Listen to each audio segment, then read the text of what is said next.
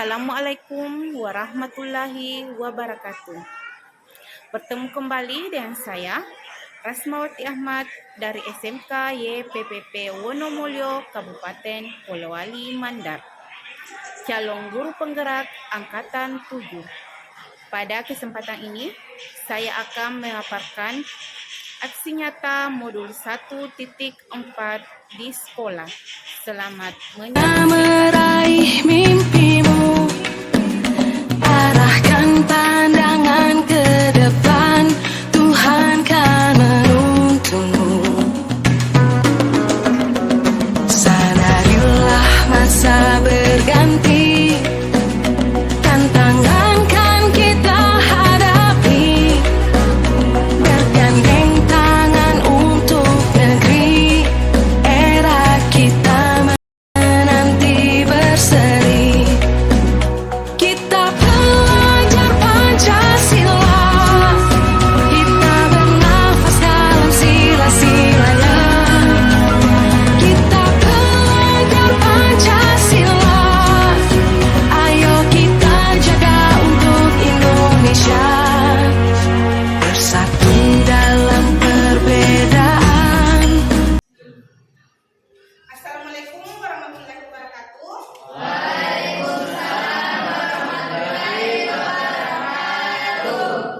Bagaimana kabarnya hari ini? Baik, Bu. Semua sehat ya? Alhamdulillah, Bu. Oke, baiklah.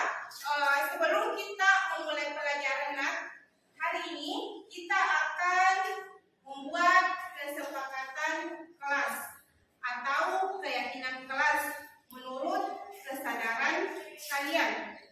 Adapun tujuan kita membuat keyakinan kelas di sini adalah bagaimana supaya kita bisa memiliki kesadaran di saat kita berbuat kesalahan, bagaimana kita bisa memperbaiki kesalahan kita itu. Jadi itu tujuan kita membuat keyakinan kelas supaya di saat kita berbuat kesalahan, kita bisa melihat bahwa ada keyakinan kelas yang sudah pernah kita buat. Mengerti? Oke. Jadi pada kesempatan ini, Ibu akan membagikan stick note ini pada setiap siswa. Dan kalian menuliskan keyakinan kelas apa yang kalian menurut kesadaran kalian menuliskan di sini. Bisa ya? Oke, Ibu bagikan pakai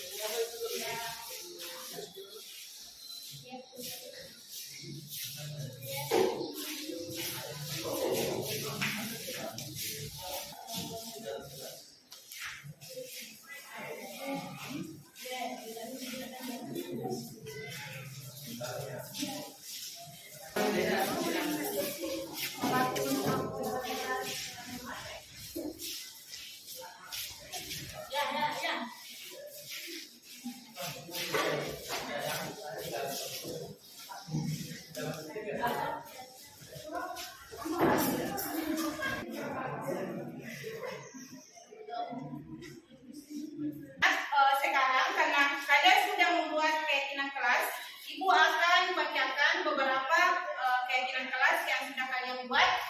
Ada dilarang ribut di kelas pada saat pembelajaran berlangsung, dilarang makan, dilarang memakai topi pada saat pembelajaran, dilarang membeda-bedakan, artinya di sini kita saling menghormati, dilarang bercerita saat guru sedang menjelaskan, kemudian berdoa sebelum memulai pembelajaran dan membaca ayat suci Al-Quran, Kemudian dari kelas yang sudah kalian buat, mana yang akan kita sepakati?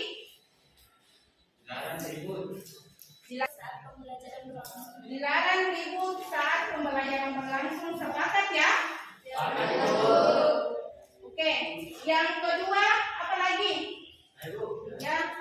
Dilarang memakai topi di saat pembelajaran. Oke, dilarang memakai topi di saat pembelajaran berlangsung. Oke, bisa ya ini untuk laki-laki ya.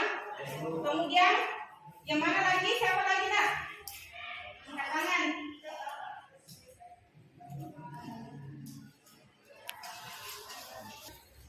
Dan membaca doa ya sebelum belajar. Oke, coba angkat tangan yang lain. Ya. Dilarang main HP saat pembelajaran. Oke, ini ya. Pertama juga dilarang main HP saat pembelajaran berlangsung. Oke. Yang lain, ya. Bertutur kata yang sopan. Ya, bertutur kata yang sopan itu yang paling penting, Mina. Oke, masih ada?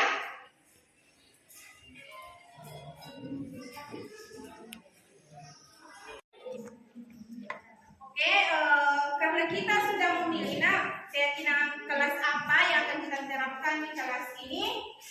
Jadi sekarang kita menyimpulkan keyakinan kelas yang akan kita pilih dan kita tuliskan secara berkelompok. Dan hasilnya akan kita tempelkan di atas dan keyakinan kelas ini akan kita pasang di kelas kita ya. Oke, silakan. Ini yang lem.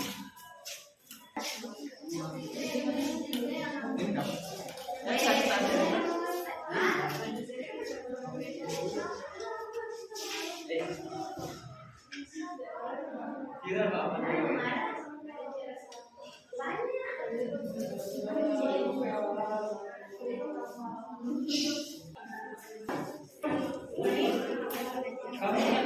Ini lem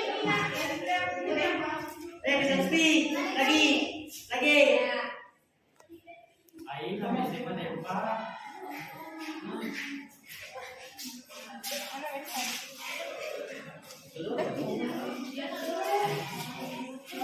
Tempel itu di tengah ya. Berarti tempat yang di samping yang lebih. Wah, sedikit. Wah, Sedikit.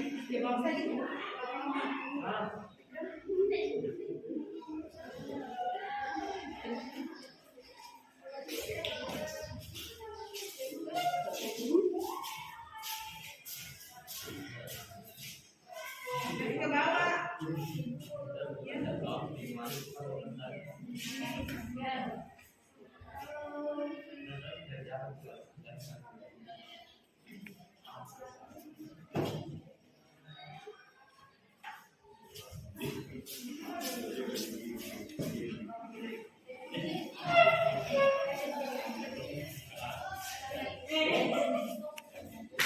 Jangan kasih rata ya, kasih angka, kasih pilih. Ya.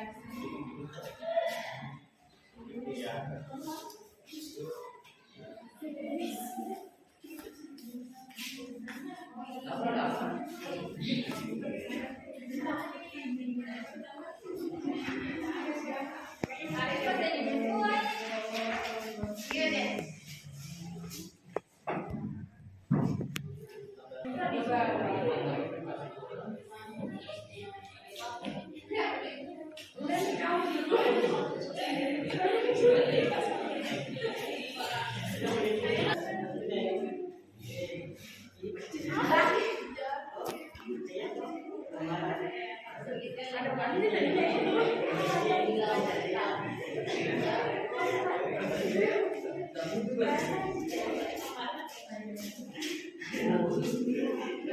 Kita sudah simpulkan dalam bentuk seperti ini. Jadi ada beberapa yaitu siswa tidak diperkenankan saling mengganggu selama proses pembelajaran. Siswa harus mengerjakan tugas yang diberikan oleh guru, saling menghormati dan menghargai, bertutur kata yang sopan. Siswa masuk ke kelas dengan pakaian rapi dilengkapi ya sesuai aturan sekolah. Tidak diperkenankan menggunakan HP tanpa izin guru. Bekerja sama menjaga kebersihan ruang kelas dan kenyamanan kelas. Kemudian siswa diusahakan sudah berada di dalam kelas sebelum guru tiba, dan siswa bersama guru membaca doa pada awal pembelajaran. Dari kesepakatan kelas ini, nak, siap dilaksanakan? Siap.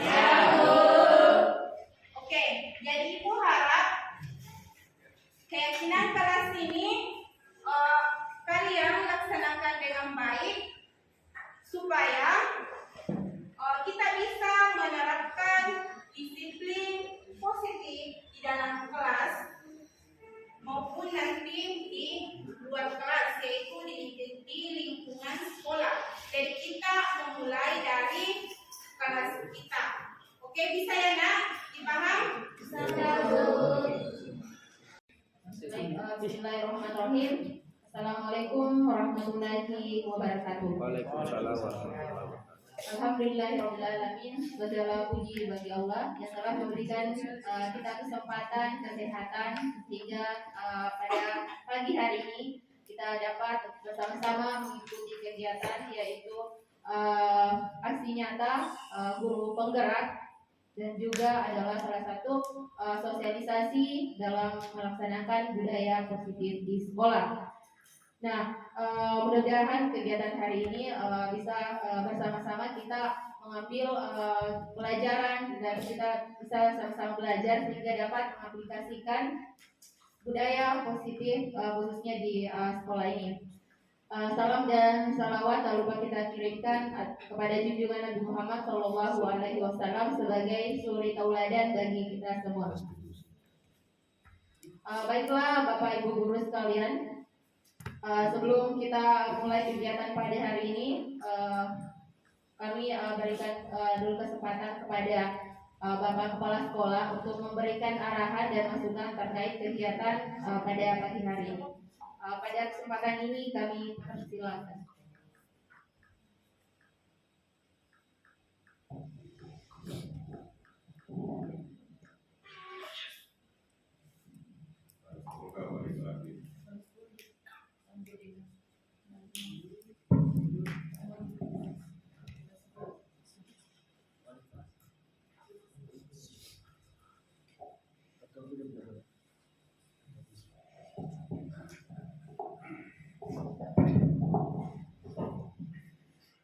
Bismillahirrahmanirrahim. Assalamualaikum warahmatullahi wabarakatuh.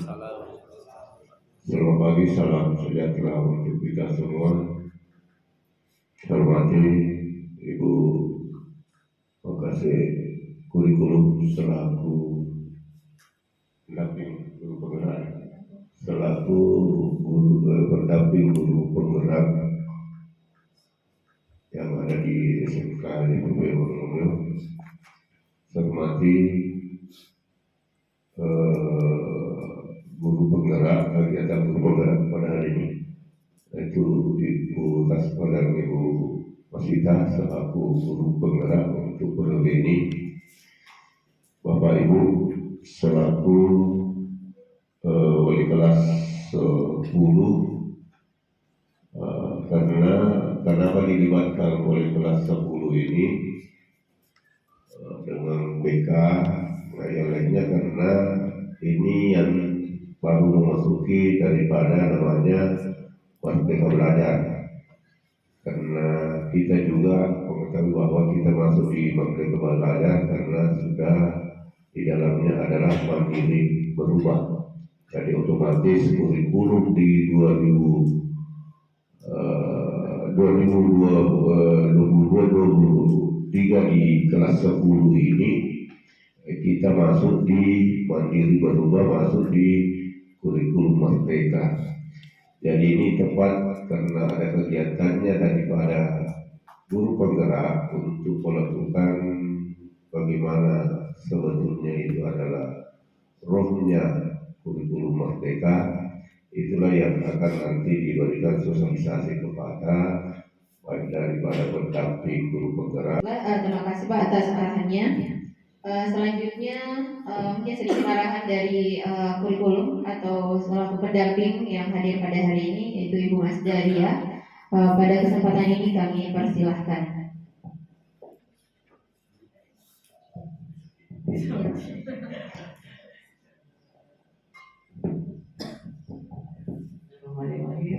Assalamualaikum warahmatullahi wabarakatuh. Waalaikumsalam warahmatullahi wabarakatuh. Yang saya hormati Bapak Kepala Sekolah, yang saya hormati juga Ibu calon guru penggerak dan Bapak dan Ibu yang sempat hadir di tempat ini. Jadi syukur alhamdulillah kita bisa bersama-sama kembali, terkhusus juga kepada saya. Jadi sempat beberapa hari beristirahat. Jadi alhamdulillah kondisi sepertinya makin membaik, mudah-mudahan untuk beberapa waktu. Jadi saya sedang menjalani juga proses pengobatan secara diurut di Polewali. Jadi setiap 2 hari itu kami ke sana. Jadi itu mungkin tidak bisa maksimal, tapi saya berpikir di rumah juga sama. Jadi saya coba bangkit sambil ini, tapi tetap hati-hati. Jadi saya bilang saya ingin juga masuk ke dalam kelas ketemu anak-anak. Jadi selanjutnya ini kemarin dikasih tahu walang ada kegiatan mengenai sosialisasi budaya positif untuk untuk teman-teman guru di SMK YPP. Saya bilang ini kan sudah beberapa lama kita pernah diskusikan sebelumnya.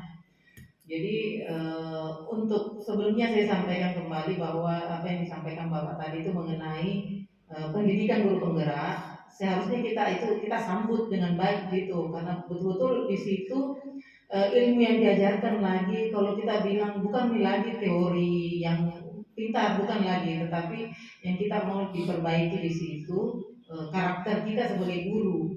Jadi itu sebenarnya hal yang luar biasa di situ. Jadi bukan lagi teori-teori apa yang tinggi, bukan itu. Jadi kita diminta menggali terus-menerus, refleksi terus-menerus diri kita sendiri, potensi kita sendiri sebagai guru, dan bagaimana itu membangun karakternya anak-anak yang sesuai dengan profil Pancasila. Di situ di profil Pancasila kan sebenarnya sudah sangat lengkap. Jadi memang sepertinya singkat. Jadi mulai dari dimensi berketuhanannya, artinya spiritualnya anak-anak, kolaborasinya, dimensi sosialnya itu kerjasama, dan bagaimana anak-anak kita itu beretika, termasuk dengan ada beberapa tadi ini yang kaitannya dengan budaya positif ini. Jadi mengenai budaya positif ini sendiri, kemarin kita sama-sama belajar dengan CGP itu ada hal yang sangat menarik di situ tentang bagaimana kita menghadapi itu anak-anak. Kita akan bersama-sama mendengarkan materi yang dibawakan oleh CGP kita, yaitu Bu Rasmawati. Pada kesempatan ini kami persilahkan.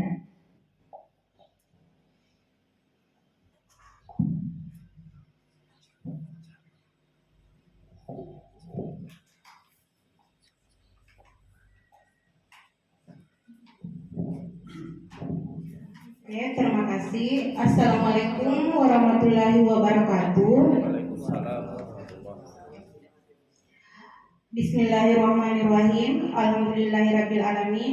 Puja dan puji syukur kita panjatkan kehadirat Allah Subhanahu wa taala, di mana pada kesempatan hari ini kita masih diberi kesempatan untuk berkumpul di tempat ini dalam rangka kegiatan sosialisasi budaya positif sebagai salah satu program kami sebagai calon guru penggerak angkatan 7 Kabupaten Pulau Mandar. Sebelumnya yang saya hormati Bapak Kepala Sekolah, Bapak Ibu Wakil Kepala Sekolah bagian kurikulum, dan teman-teman guru. Dan tak lupa pula kita kirimkan salam dan salawat kepada Nabiullah Muhammad SAW yang telah membawa umatnya dari alam kegelapan ke alam yang terang benderang.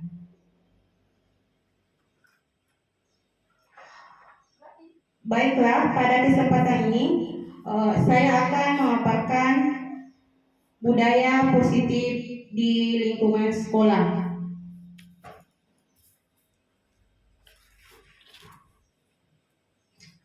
Dalam budaya positif di sekolah, ada 5 posisi kontrol yang sering dilakukan oleh guru. Kemungkinan beberapa guru sudah melaksanakan kelima posisi kontrol tersebut, namun kita perlu mengetahui di posisi mana kita melaksanakan posisi kontrol tersebut. Baiklah, bisa dilihat slide-nya Bapak Ibu.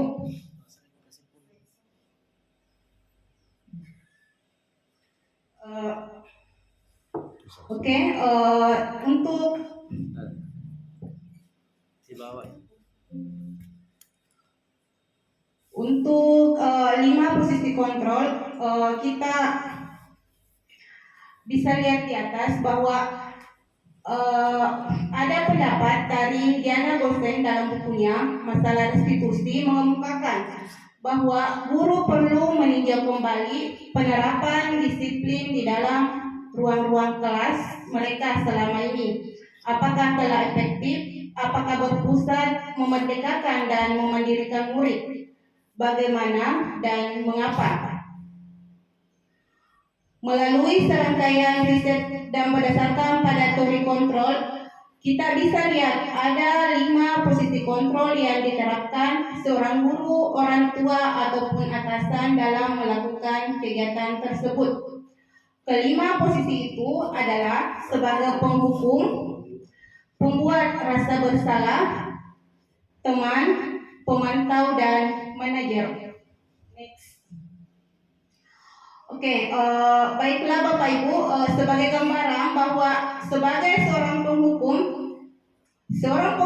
bisa menggunakan hukuman fisik misalnya maupun verbal. Orang-orang yang menjalankan posisi penghukum senantiasa mengatakan sekolah memerlukan sistem atau alat yang dapat lebih menekan murid-murid lebih dalam lagi.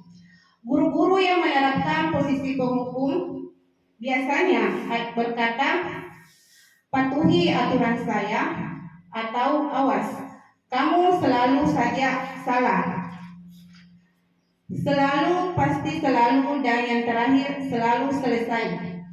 Jadi, hasil yang didapat jika kita menggunakan posisi penghukum yaitu kemungkinan murid marah dan mendendam atau bersifat agresif. Bisa jadi sesudah kembali duduk, murid tersebut akan mencoret-coret bukunya atau meja tulisnya. Lebih buruk lagi, sepulang sekolah murid melihat motor atau mobil Bapak Ibu guru dan akan menggores kendaraan tersebut dengan paku. Kemudian posisi pembuat merasa bersalah. Pada posisi ini biasanya guru akan bersuara lebih lembut. Pembuat rasa bersalah akan menggunakan keheningan yang membuat orang lain merasa tidak nyaman, bersalah, atau rendah diri. Kata-kata yang keluar dengan lembut seperti ini. Ibu sangat kecewa sekali dengan kamu. Berapa kali Bapak harus memberitahukan kamu ya? Gimana coba kalau orang tua kamu tahu kamu berbuat seperti ini? Di posisi ini, murid akan memiliki penilaian diri yang buruk tentang diri mereka. Murid merasa tidak berharga dan telah mengecewakan orang-orang yang disayanginya.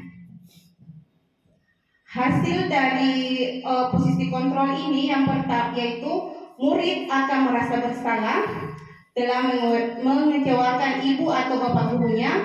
Murid akan merasa menjadi orang yang gagal dan tidak sanggup membahagiakan orang lain. Kadangkala sikap seperti ini lebih berbahaya daripada sikap penghukum, karena emosi akan tertanam rapat di dalam murid menahan perasaan. Tidak seperti murid dalam dengan guru penghukum di mana murid bisa menumpahkan amarahnya walaupun dengan cara negatif. Murid tertekan seperti inilah yang tiba-tiba bisa meletus amarahnya dan bisa menyakiti diri sendiri atau orang lain. Selanjutnya, posisi yang ketiga yaitu teman. Guru pada posisi ini tidak akan menyakiti murid, namun akan tetap berupaya mengontrol murid melalui persuasi. Posisi teman pada guru bisa negatif ataupun positif.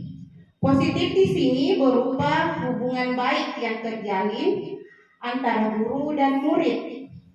Guru di posisi teman menggunakan hubungan baik dan humor untuk mempengaruhi seseorang. Mereka akan berkata, "Ayo bantulah demi Bapak ya. Ayo ingat tidak bantuan Bapak selama ini." Jadi ada hal negatif di sini.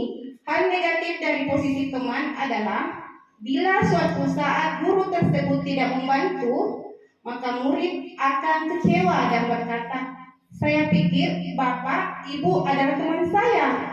Murid merasa dikecewakan dan tidak mau lagi berusaha. Hal lain yang mungkin timbul adalah murid hanya akan bertindak untuk guru tertentu dan tidak untuk guru lainnya. Murid akan tergantung pada guru tersebut.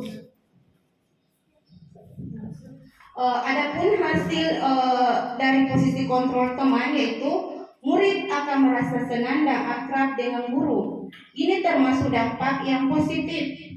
Hanya saja di sisi negatif murid menjadi tergantung pada guru tersebut. Bila ada masalah, dia merasa bisa mengandalkan guru tersebut untuk membantunya. Akibat lain dari posisi teman akan berbuat sesuatu bila yang menyuruh adalah guru tersebut dan belum tentu berlaku yang sama dengan guru atau orang lain. Kemudian posisi kontrol yang keempat yaitu pemantau. Pemantau berarti mengawasi. Pada saat kita mengawasi, kita bertanggung jawab atas perilaku orang-orang yang kita awasi. Posisi pemantau berdasarkan pada peraturan dan konsekuensi dengan menggunakan sanksi atau konsekuensi. Kita dapat memisahkan hubungan pribadi kita dengan murid. Sebagai seorang yang menjalankan posisi pemantau, pertanyaan yang diajukan seorang pemantau, peraturannya apa? Apa yang telah kamu lakukan? Sanksi atau konsekuensinya apa? Seorang pemantau sangat mengandalkan penghitungan catatan data yang digunakan sebagai bukti atas perilaku seseorang. Posisi ini akan menggunakan stiker slip, catatan, daftar chat. Posisi pemantau sendiri berawal dari teori stimulus respon yang menunjukkan tanggung jawab guru dalam mengontrol murid. Adapun hasil yang didapat dari posisi pemantau yaitu murid memahami konsekuensi yang harus dijalankannya karena telah melanggar salah satu peraturan sekolah. Guru tidak menunjukkan suatu emosi yang berlebihan, menjadi marah atau membuat rasa bersalah. Murid tetap dibuat tidak nyaman yaitu dengan harus tinggal di kelas misalnya pada waktu jam istirahat dan mengerjakan tugas. Guru tetap harus memantau murid pada saat mengerjakan tugas di jam istirahat karena murid tidak bisa ditinggal seorang diri. Kemudian yang terakhir adalah posisi manajer. Jadi tingkatan tertinggi dalam posisi kontrol adalah manajer. Jadi bagaimana kita sebagai seorang guru berada di posisi ini? Minimal kalau memang belum bisa di posisi ini, kita di posisi teman atau pemantau. Jadi posisi yang terakhir adalah manajer. Pada posisi ini, di mana guru berbuat sesuatu bersama dengan murid, mempersilakan murid mempertanggungjawabkan perilakunya, mendukung murid agar dapat menemukan solusi atau permasalahannya sendiri. Seorang manajer telah memiliki keterampilan di posisi teman maupun pemantau, dan dengan demikian bisa jadi di waktu-waktu tertentu kembali kepada kedua posisi tersebut bila diperlukan. Jadi, tugas seorang manajer bukan untuk mengatur perilaku seseorang, kita membimbing murid untuk dapat mengatur dirinya sendiri. Seorang manajer bukannya memisahkan murid dari kelompoknya, tapi dapat mengatur dirinya. Seorang dapat mengembalikan murid tersebut ke kelompoknya dengan lebih baik dan kuat. Next. Pada posisi manajer, suara guru sebaiknya tulus, tidak perlu marah, tidak perlu meninggikan suara, apalagi menunjuk-nunjuk jari ke murid, berkacak pinggang atau bersikap seolah-olah menyesal. Tampak sedih sekali akan perbuatan murid ataupun bersenda gurau menempatkan diri sebagai teman dari murid. Fokus ada pada murid, bukan untuk membahagiakan guru atau orang tua. Murid sudah mengetahui adanya suatu masalah dan sesuatu perlu terjadi. Bila guru mengambil posisi pemantau, guru akan melihat apa konsekuensinya, apa peraturannya. Namun, pada posisi manajer, guru akan mengembalikan tanggung jawab pada murid untuk mencari jalan keluar permasalahannya, tentu dengan bimbingan guru. Oke, kita bisa lihat 5 posisi kontrol Bapak Ibu. Di situ tertulis ada penghukum dan pembuat orang merasa bersalah. Itu dikategorikan identitas gagal karena itu ada kata kontrol dari luar, artinya anak-anak kadang kalau kita menggunakan penghukum dan pembuat merasa bersalah, siswa akan berbuat itu karena adanya pengaruh eksternal, ya, artinya pengaruh dari luar. Mungkin dia terlambat karena takut dihukum atau mungkin takut dimarah sama guru.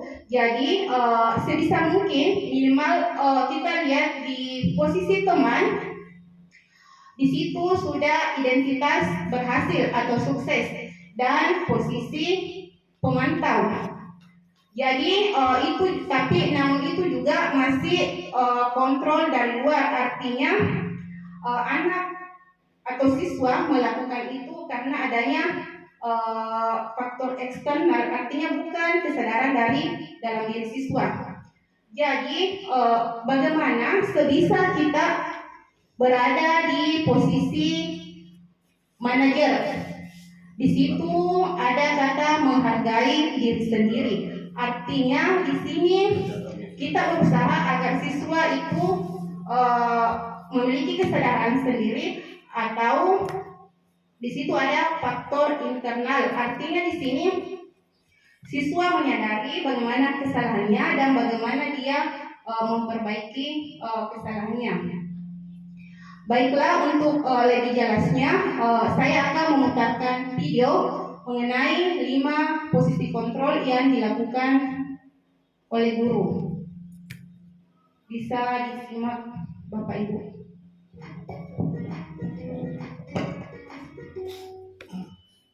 Salam bahagia Ibu dan Bapak guru hebat. Dalam penerapan disiplin positif restitusi, salah satu program yang dikembangkan adalah 5 posisi kontrol. 5 posisi kontrol dalam restitusi adalah proses perjalanan seorang pendidik agar dapat mengenali dirinya. Pada video kali ini, kita akan membahas tentang 5 posisi kontrol yang dikembangkan oleh Diane Dawson dan contoh penerapannya.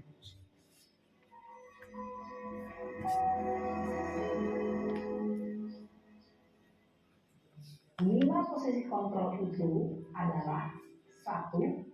Posisi penghukum. 2. Posisi pembuat merasa bersalah. 3. Posisi teman. 4. Posisi pemantau atau monitor.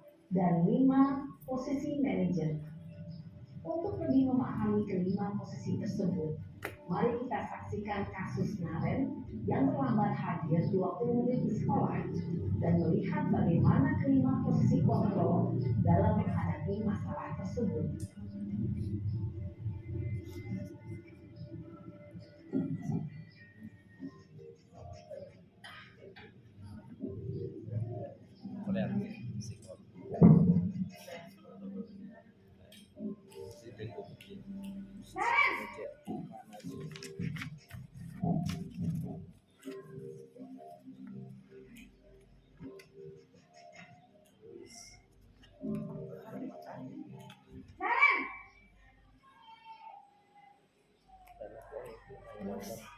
Selamat pagi Bu.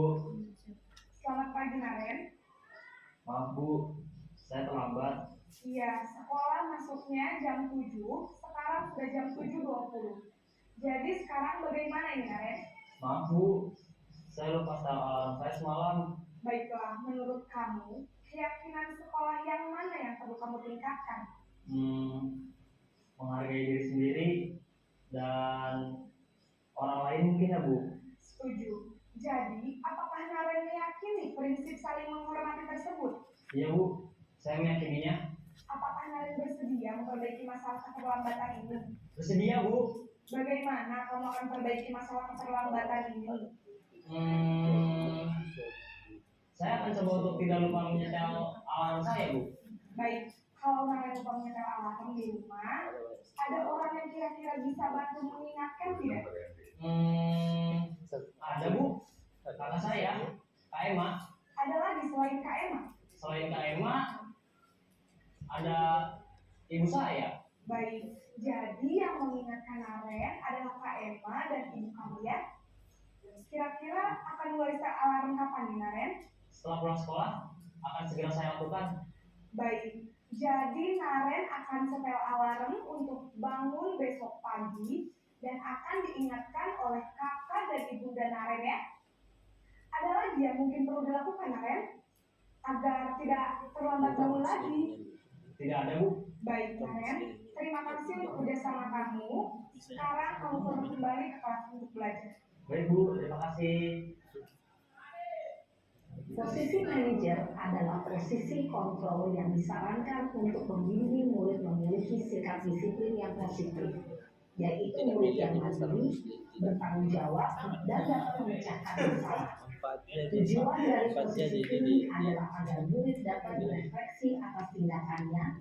Guru akan dengan tulus memberikan pertanyaan-pertanyaan bermakna, sehingga membuat murid dapat belajar dari kesalahannya dan mencari sebuah solusi untuk menyelesaikannya.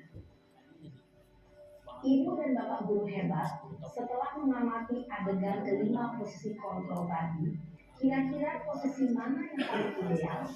Posisi mana yang dapat menunjang motivasi intrinsik murid? Ya, tentu posisi manajer. Posisi ini memang posisi ideal yang ingin dituju setiap pendidik. Pada posisi inilah, guru dapat menerapkan disiplin positif yang berpihak pada murid, yang memerdekakan murid. Perjalanan seorang pendidik tentunya tidak mudah untuk sampai pada posisi seorang manajer. Namun, tujuan kita pasti, yaitu menciptakan murid-murid yang mandiri, merdeka, dan bertanggung jawab. Semoga penggambaran 5 posisi kontrol yang telah diperlihatkan ini dapat menjadi ajang refleksi bagi kita semua, agar dapat terus mengasah dan menerapkan disiplin positif yang memerdekakan murid. Mari terus berlatih dan bersemangat. Selamat menerapkan. Salam dan bahagia Ibu dan Bapak guru hebat.